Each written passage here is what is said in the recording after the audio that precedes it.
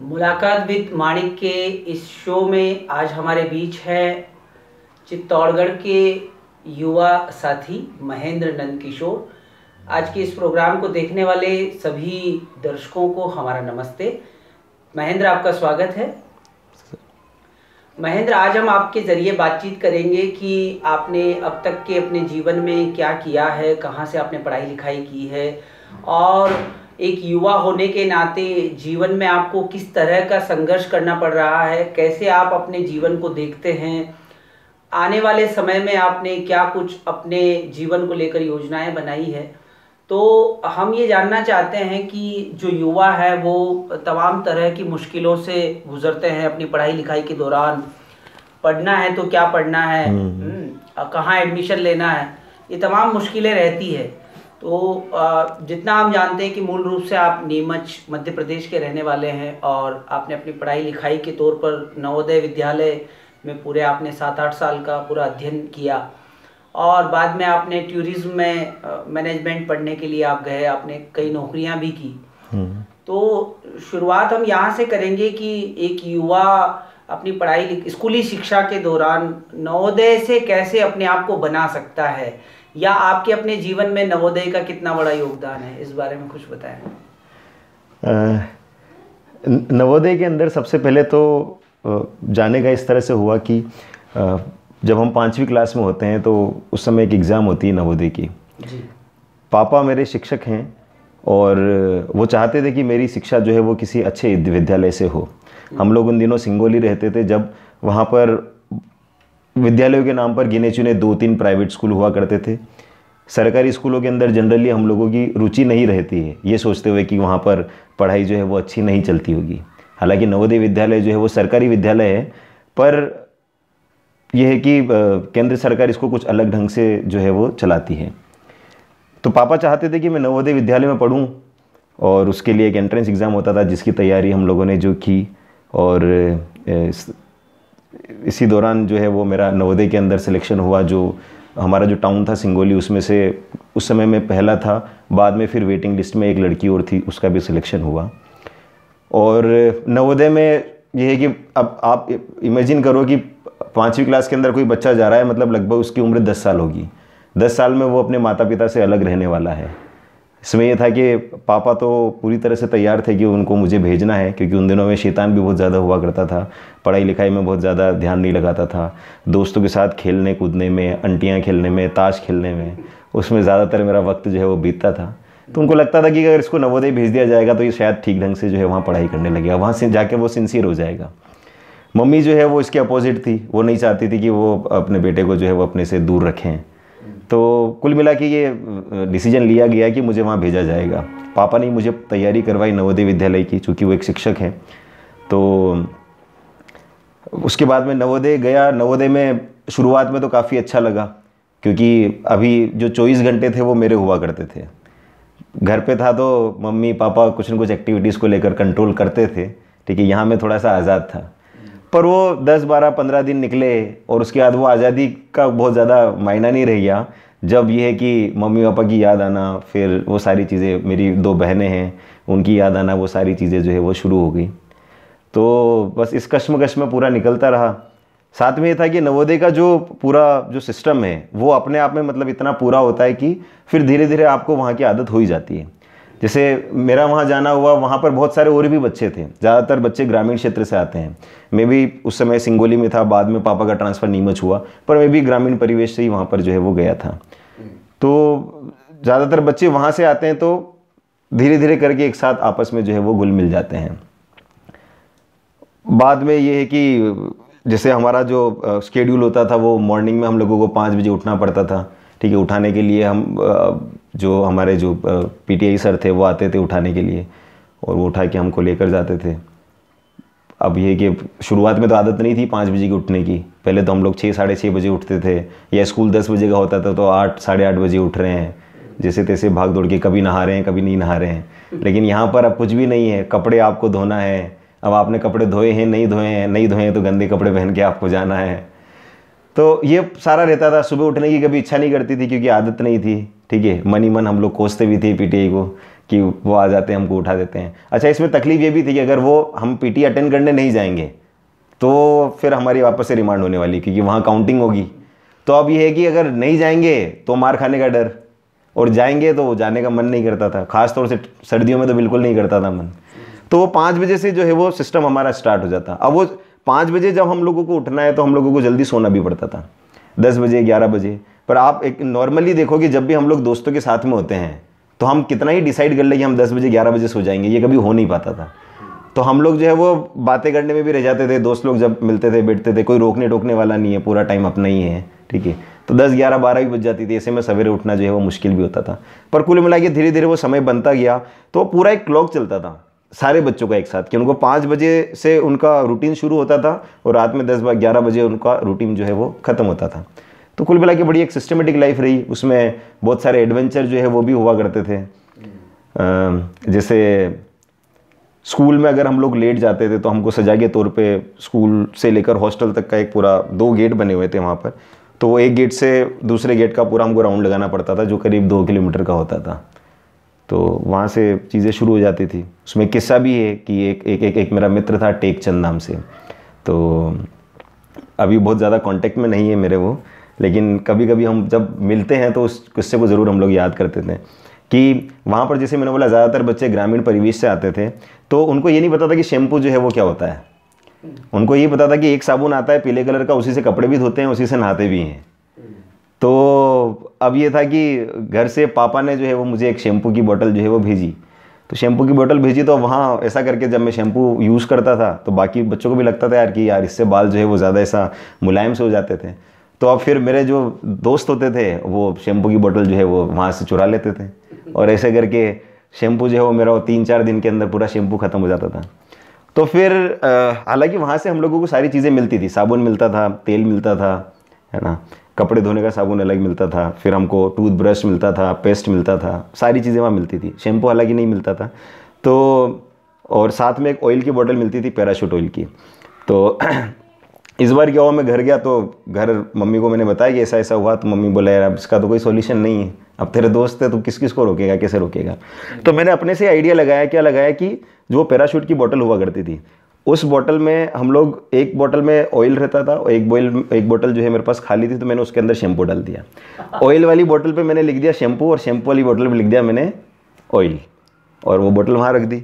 अब वो पहले ही दिन था, हम लोग छुट्टी से लौट कर आए और टेकचंद और हम दोनों उस समय साथ में थे। तो अब टेकचंद जो है वो उसकी मतलब पेटी के अंदर सारा सामान था, तो उसने बोला यार जल्दी लेट हो रहे थे स्कूल के लिए, तो सोचा यार कि ऑयल जो है वो लगा लेते हैं, मतलब मैं निकालता नहीं हूँ। और मेरे से बोला कि मतलब हम लोग वहाँ जो हमारी जो रीजनल भाषा उसी में बात करते थे, तो बोले कि अरे यार महेंद्र वो तेल कटे, तो मैंने उसको बोल दिया वहाँ पड़ा है वो, तो उसने वो तेल लिया। अच्छा, उस समय क्या था, वो नारियल का जो तेल था ना, मम्मी उसके अंदर जीरण का तेल मिलाती थी, जिससे मतलब बाल आपके जो है जैसे डेंड्रफ वगैरह नहीं होता था, रूसी वगैरह जो है वो नहीं होती थी। तो मैंने उसको बोला कि वो है, तो उसने तेल निकाला और बोला यार ये थोड़ा अजीब लग रहा है मेरे को, यार ये तेल ही है। मैंने बोला, मुझे लगा कि वो जीरण की अलग सी खुशबू आती है उसमें, तो मुझे लगा उस वजह से वो बोल रहा होगा, तो मैंने लगा कि नहीं हाँ वही है। तो उसने वो तेल लिया और वो पूरा लगा लिया। अच्छा, अब टेकचंद के बाल के साथ में भी क्या हुआ कि उसके बाल ना खड़े रहते थे यहाँ से, तो वो तेल के बाद में थोड़ा पानी लगाता था और उसके बाद में कंघी करता था ताकि बाल बैठ जाए। तो उसने वो लगाया, उसके बाद में वो पानी जैसे लगाया तो झाग हो गया उसमें तो वो पूरा झाग झाग हो गए। अब वो मुझे जो है वो जो गालियाँ देने लग गया तो मैंने बोला यार कि मुझे लगा कि वो जेरन वाला तेल है, इस वजह से तेरे को अजीब लग रहा होगा। तो बाद में फ़िलहाल वो धोकर आया, फिर उसके बाद किया। पर ओवरऑल ये हुआ कि हम लोग स्कूल के लिए जो है वो लेट हो गए, और फिर उसके बाद हम लोगों ने जो है वो हमको चक्कर लगाने पड़े 2 किलोमीटर के। तो इस तरह से पूरा चलता था। तो इंटरेस्टिंग लाइफ थी वहाँ की।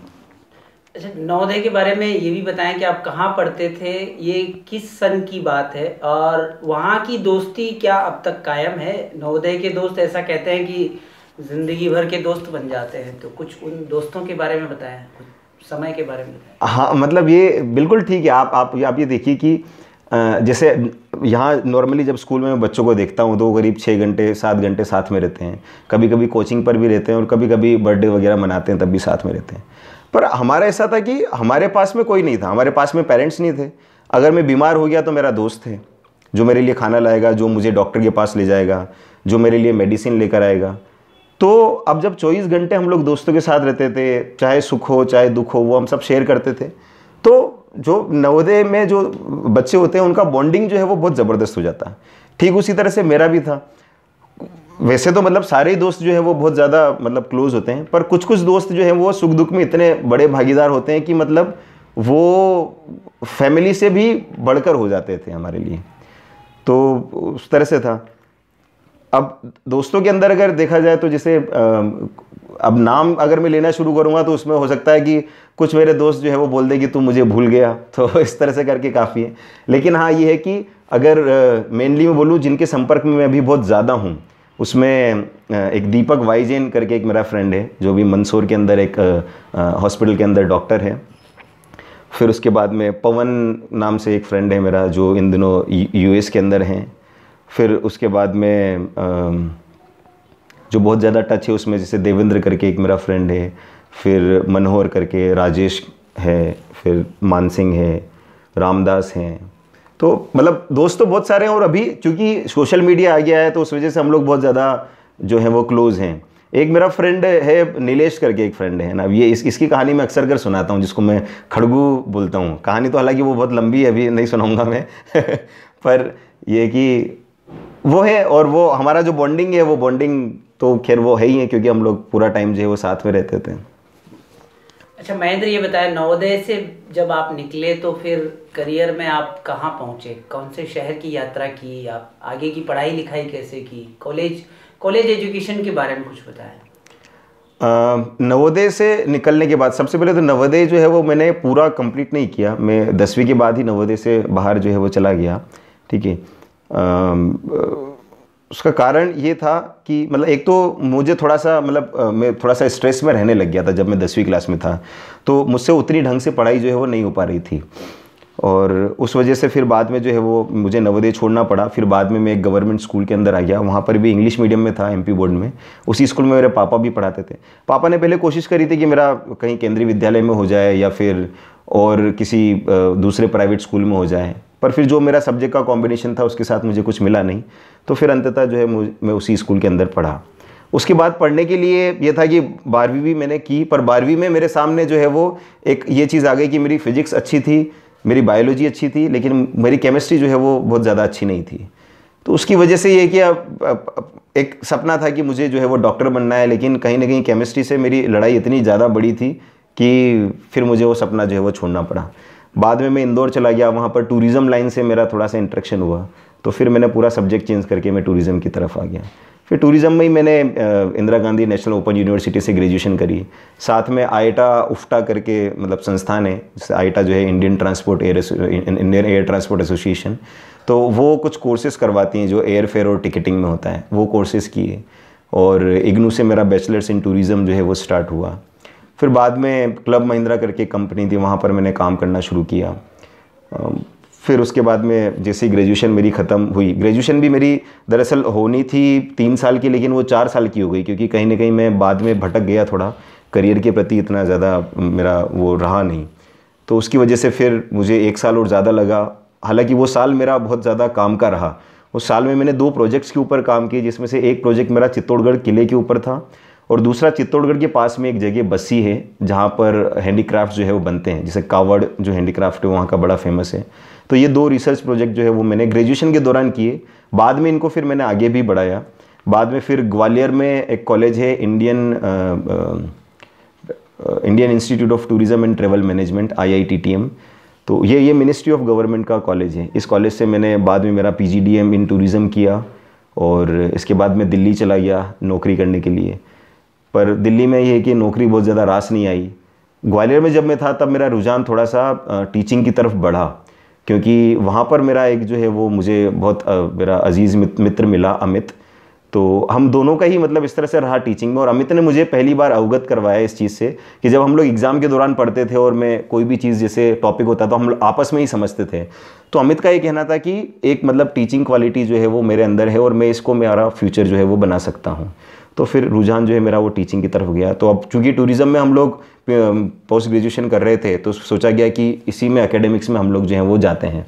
तो फिर नेट वगैरह की तैयारी करना शुरू किया। नेट जो है वो निकाला हम लोगों ने।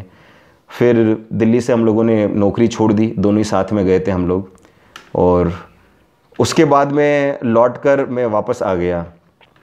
फिर उसके बाद में एक गाइड ट्रेनिंग प्रोग्राम होता है, मतलब कि जो टूरिस्ट गाइड होते हैं उनके लिए लाइसेंस जो है वो दिया जाता है। तो ये गाइड ट्रेनिंग प्रोग्राम जो है ये भी हमारे कॉलेज के अंदर ही होता है। तो वहाँ का एक एंट्रेंस एग्ज़ाम था, वो एंट्रेंस एग्ज़ाम जो है वो मैंने फ़ाइट किया, फिर उसमें सिलेक्शन हुआ, फिर वहाँ पर मैंने गाइड ट्रेनिंग की, वहाँ मुझे लाइसेंस मिला। पर फिर ये कि लाइसेंस के साथ भी मतलब मैंने कुछ दिनों जो है वो काम किया। बाद में उसके बाद वो वाला काम भी मैंने छोड़ दिया, फिर एक कॉलेज के अंदर मैं पढ़ाने लग गया। फिर एक दिन मतलब थोड़ा सा परेशान था इस चीज़ को लेकर कि कहीं ना कहीं रोज़गारी जो है वो ठीक से बैठ नहीं रही है, तो इस समय क्या किया जाए करियर को लेकर। अब मैं बहुत ज़्यादा चिंतित होने लग गया था। तो फिर मेरे एक सर रहे, मतलब यहाँ चित्तौड़गढ़ के अंदर ही, शेखर सर, तो उनसे मेरी बातचीत जब हुई तो उनसे मैं पहले जिन दिनों में चित्तौड़गढ़ रहता था, जब मेरे रिसर्च प्रोजेक्ट के दौरान, तो इन दिनों में उनसे अंग्रेजी सीखा करता था। तो उन्होंने फिर मुझे बुला लिया कि ठीक है यहाँ पर हम जो है इंस्टीट्यूट जो है वो इंग्लिश इंस्टीट्यूट जो है वो मतलब वापस से स्टार्ट कर रहे हैं, तो उसको आप देखें। तो इस तरह से लौट कर आया। फिर यहाँ विज़न कॉलेज जो है वहाँ पर मैंने पढ़ाना शुरू किया बच्चों को। अंग्रेजी भी पढ़ाता था, साथ में इकोनॉमिक्स हुआ या मैनेजमेंट मार्केटिंग के सब्जेक्ट्स पढ़ाता था। और वहाँ से भी फिर करीब साल भर के अंदर मैंने नौकरी छोड़ी और फिर मैंने सेंट्रल एकेडमी ज्वाइन किया। यहाँ मैंने एज ए इकोनॉमिक्स टीचर जो है वो पढ़ाना शुरू किया और बाद में मेरी पोस्ट ग्रेजुएशन जो है वो भी मैंने इकोनॉमिक्स के अंदर करी। और ये करियर का सबसे बड़ा टर्निंग पॉइंट था। मीनवाइल जब मैं यहाँ पर आया तो जब मैं विज़न कॉलेज में था तो कुछ संस्थाओं से जो है वो मेरा जुड़ाव हुआ, जिसके अंदर स्पीक में के जो है एक बहुत लाइफ चेंजिंग ऑर्गेनाइजेशन रहा मेरे लिए, जहाँ मतलब शुरू से इस चीज़ की रुचि थी मुझे कि मैं कल्चरल चीज़ें हुई या फिर हेरिटेज से रिलेटेड जो चीज़ें होती है उसके अंदर बहुत ज़्यादा रुचि रही। तो स्पीक में के वाला जो पार्ट था उसमें जैसे मानिक सर ही जो हैं, आप ही आपने मुझे इस चीज़ के बारे में बताया और उसके बाद में इसमें वॉलेंट्री बेस पर हम लोगों ने जो है वो काम करना शुरू किया, जहां मैंने मेरे जो कॉलेज के जो बच्चे थे उनको भी साथ में जोड़ा और करीब 15-20 बच्चे जो है उसके साथ में जुड़े और इन दोनों स्पीकिंग का मूवमेंट जो है वो हम लोग बहुत अच्छी तरीके से जो है वो चला रहे थे। तो ये रहा। फिर धीरे धीरे चित्तौड़गढ़ आर्ट फेस्टिवल हुआ, उसके अंदर फिर रुचि बनी, जहाँ पर बहुत सारे आर्टिस्ट जो है वो बाहर से आए। उन्होंने सांवलिया जी जो पास में एक मंदिर है वहाँ के लिए पेंटिंग्स जो है वो बनाई। तो वो पूरा जो है वो बहुत अच्छा रहा। तो अलग अलग जो सामाजिक संस्थाएं हैं उनसे जुड़ा। फिर बाद में अजीम प्रेम जी फाउंडेशन पर आपसदारी करके एक इनिशिएटिव रहा, जहाँ पर अभी जो सामाजिक मुद्दे हैं, जैसे जो युवाओं से रिलेटेड हो गए, आपका शिक्षा से रिलेटेड हुए, या फिर जो सामाजिक बुराइयां जो चल रही हैं उनसे रिलेटेड हुए, ठीक है, तो इन चीज़ों के बारे में जो है वो बात होती है। तो इन सारी गतिविधियों के कारण जो है वो मेरी रुचि और ज़्यादा जो है वो बढ़ने लग गई। और फिर अंततः ये है कि एक यही डिसाइड हो गया कि हाँ, चित्तौड़गढ़ के अंदर ही अभी बने रहना है। क्योंकि अब ये था कि मुझे केवल अगर चित्तौड़गढ़ से मैं कहीं जाता तो ऐसा नहीं है कि केवल मुझे नौकरी छोड़कर जाना है। अब और भी बहुत सारी संस्थाएं हो गई, बहुत इन संस्थाओं के मार्फत जो है वो बहुत सारे लोगों से जुड़ा हुआ। तो अब उन लोगों को, उन संस्थाओं को छोड़ के जाना, बीच में ऐसे बहुत बार आए मतलब ऐसे ऑफर, जबकि मुझे लगा कि यहाँ से छोड़ के मैं कहीं आगे जा सकता था। लेकिन इन सारी चीज़ों को भी जब मैंने कैलकुलेट किया तो फिर मुझे लगा कि मुझे नहीं जाना चाहिए। तो इस तरह से पूरा रहा। बहुत सारी बातें आपने वैसे भी शेयर की है जो हम पूछने वाले थे। एक प्रश्न मेरे दिमाग में आता है कि जैसा कि हमने आपको जाना है पिछले 4-5 वर्षों में, कि विचार के लेवल पर आप किताबें पढ़ने लगे, थोड़ा थॉट प्रोसेस आपका शुरू हुआ, और एज ए टीचर रहते हुए आपने कई सारे छोटे छोटे जितने संभव नवाचार आप कर सकते थे आपके स्कूल में आपने वो किए, और इंडियन एजुकेशन सिस्टम को समझने की आपने कोशिश की। तो ये जो विचार की और पढ़ने लिखने की आदत और एक रीडर्स कॉर्नर भी आपने चलाया, तो अपने खुद के नवाचारों के बारे में कुछ बताएं कि जो आप कर पाए या आप अभी आप कर रहे हैं अपने लेवल पर और लोगों को नहीं बता पाए। तो एक युवा नवाचारी के रूप में हम आपको देखते हैं, तो आप अपने इनोवेशंस के बारे में बताएं। मतलब कहीं मैंने सुनी ये वाली बात कि आप जो है आपके आसपास जो 5 लोग होते हैं या 4 या 5 लोग होते हैं, आप उनका एवरेज होते हैं। तो मेरे जो नवाचार है उसके अंदर भी मेरे आसपास कुछ ऐसे लोग हैं जिन्होंने मुझे बहुत ज़्यादा प्रभावित किया, ठीक है। उन लोगों में अगर मैं नामजद कहूँ तो मानिक जी हुए, फिर उसके बाद में शेखर सर हुए, रमेश जी हुए, फिर विनय भैया जो है वो हुए, और एक जिनसे मैं बहुत ज़्यादा इंटरेक्शन में नहीं रहा पर उनसे मैं बहुत ज़्यादा प्रभावित रहा, वो है A.L. जैन सर, जो स्पीक मैकी के मार्फत भी मैं उनसे जुड़ा और भी बहुत सारे अलग अलग आयोजनों में मैं उनसे जुड़ा। और साथ में एक जो रहे, मतलब जो स्कूल एजुकेशन की अगर हम बात करें तो उसमें जो हमारे जो प्रिंसिपल है सेंट्रल एकेडमी स्कूल के, अश्लेष जी दशोरा, तो वो तो ये सारे लोगों का मिला कि मेरा जो सारी जो बातें होती जो मैं बच्चों से करता हूँ या जो भी चीज़ें मैं पढ़ता हूँ, वो कहीं ना कहीं ये जो 4-5 लोग हैं इनका मिला जुला रूप है। तो अब इसमें अलग अलग तरह की चीज़ें, जैसे जब मैं ख़ास तौर से रमेश जी की बात करूं तो रमेश जी से जब मैं मिला उसके बाद से मैंने बच्चों के सामने कहानियां जो है वो कहानियों के मार्फत जो है मैं बच्चों से बातें करने लगा, जहां मैं बच्चों को कहानियां सुनाता था अलग अलग तरीके से, और उसी के अंदर जो लेसन्स होते थे उसकी हम बात करते थे। बच्चों की उसमें बहुत ज़्यादा रुचि भी होती थी। तो कहानियाँ हुई, कविताएँ हुए। फिर उसके बाद में जब बात आती है कि सांस्कृतिक दृष्टिकोण की, तो वहाँ पर जैसे जो मानिक जी आप जो हुए तो उससे मेरे बहुत ज़्यादा जो है वो प्रभाव रहा। फिर विनय भैया जो है वो अगर मैं बोलूँ तो मतलब एक तरह से मेरे स्पिरिचुअल गुरु रहे हैं कि रमेश जी और हम लोग जब साथ में रहते थे तो विनय भैया जो है वो हम लोगों को गीता दर्शन के बारे में जो है हम लोग बात करते थे। तो ये गीता दर्शन उस तरह का नहीं है जिस तरह के नॉर्मली जो भागवत गीता के पाठ इधर उधर कहीं होते रहते हैं, ये बड़ा तार्किक था। तो वो हम लोगों को गीता सुनाते भी थे और साथ में जो है वो कहते थे कि आपका जो भी सवाल आ रहे हैं मन में आप पूछो और उसके ऊपर हम बात करेंगे। हम साथ में, ऐसा नहीं होगा कि मैं आपको गीता सुनाऊंगा, हम गीता साथ में समझेंगे। तो उस चीज़ की बात रही। शेखर सर को लेकर रहा कि मोटिवेशन जो है वो मुझे कहीं ना कहीं उनसे मिलता है। उन्होंने मेरी अंग्रेजी के ऊपर काफ़ी जो है वो काम किया है और उस चीज़ को लेकर भी मैं बच्चों से जो है वो बहुत ज़्यादा बात करता हूँ। तो ये सारी चीज़ें रही हैं। अच्छा, एक बार का हमें जो जानकारी है वो ये है कि आपने 2 स्टूडेंट को भी अपने साथ रूममेट बनाया था।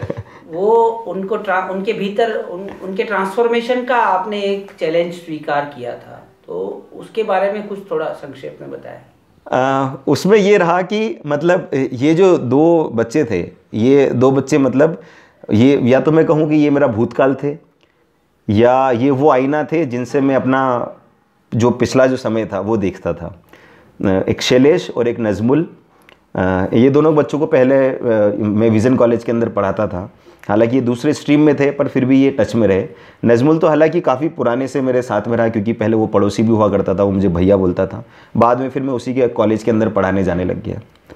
शैलेश वाला जो किस्सा है वो थोड़ा सा इस तरह का है कि शैलेश जो है वो मेरे अटैचमेंट के अंदर आया वो इस तरह से कि शैलेश शुरू से मुझे जो है पसंद करता था। हालांकि मैं उसको पढ़ाता नहीं था डायरेक्टली।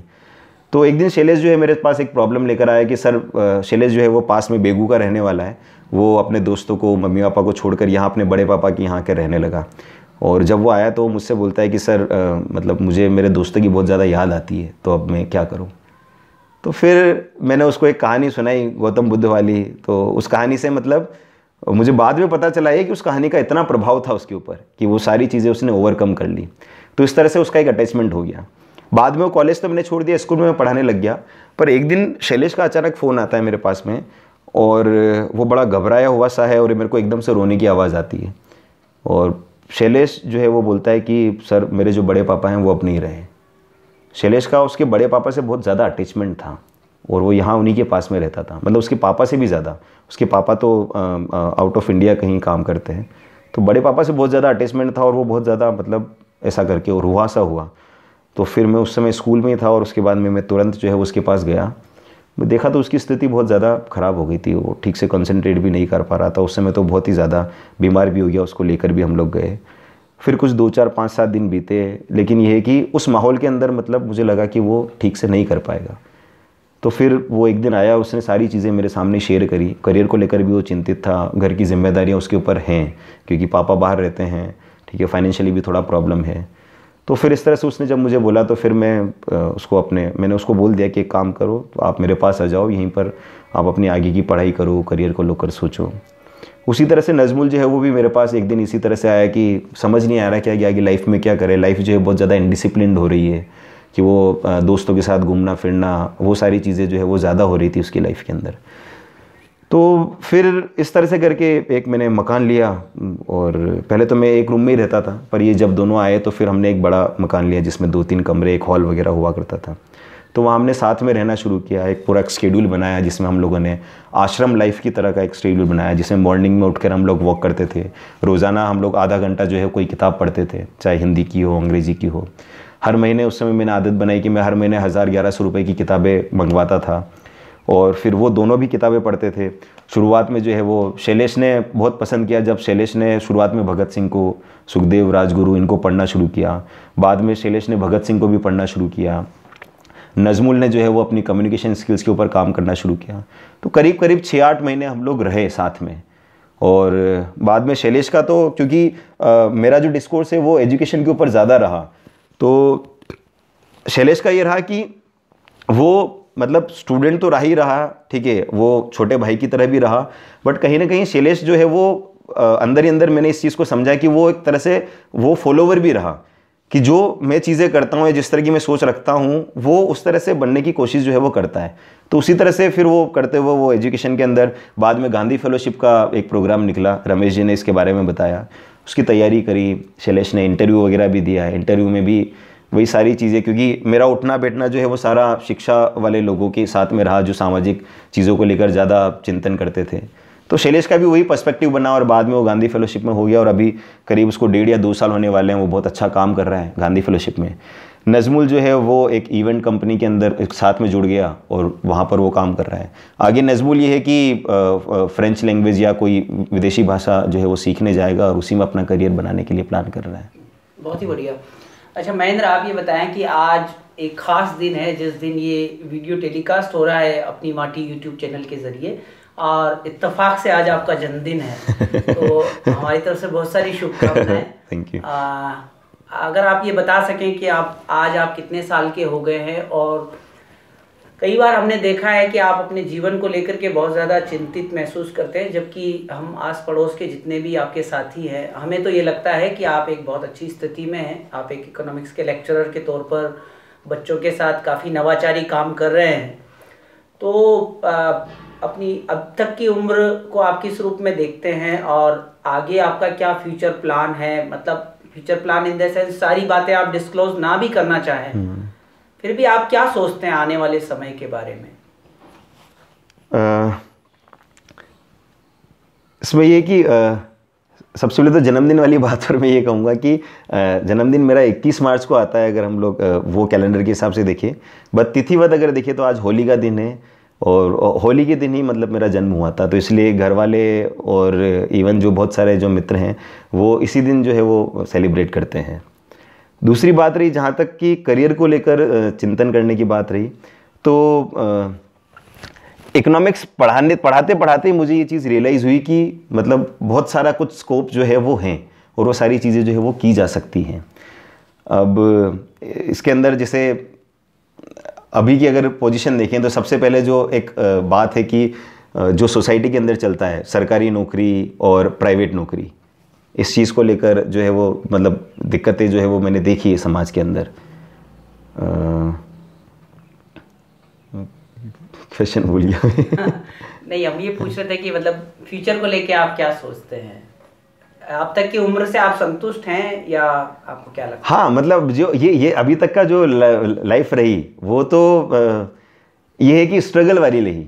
मतलब स्टेबिलिटी जो है वो तो अभी तक मतलब मैं अपने आप में मैं संतुष्ट नहीं हूँ। अब अलग अलग लोग जैसे मेरी मासी बोलती है कि तू जो भी कर रहा है बहुत अच्छा कर रहा है। कुछ दोस्त बोलते हैं कि अभी ठीक है, नौकरी वाली जो चीज़ है वो ठीक है, लेकिन साथ में जिस तरह के आपके विचार बन रहे हैं, जिस तरह से आप बात कर रहे हैं या जिस तरह की आपकी संगति है, तो मतलब ये सफिशिएंट होता है।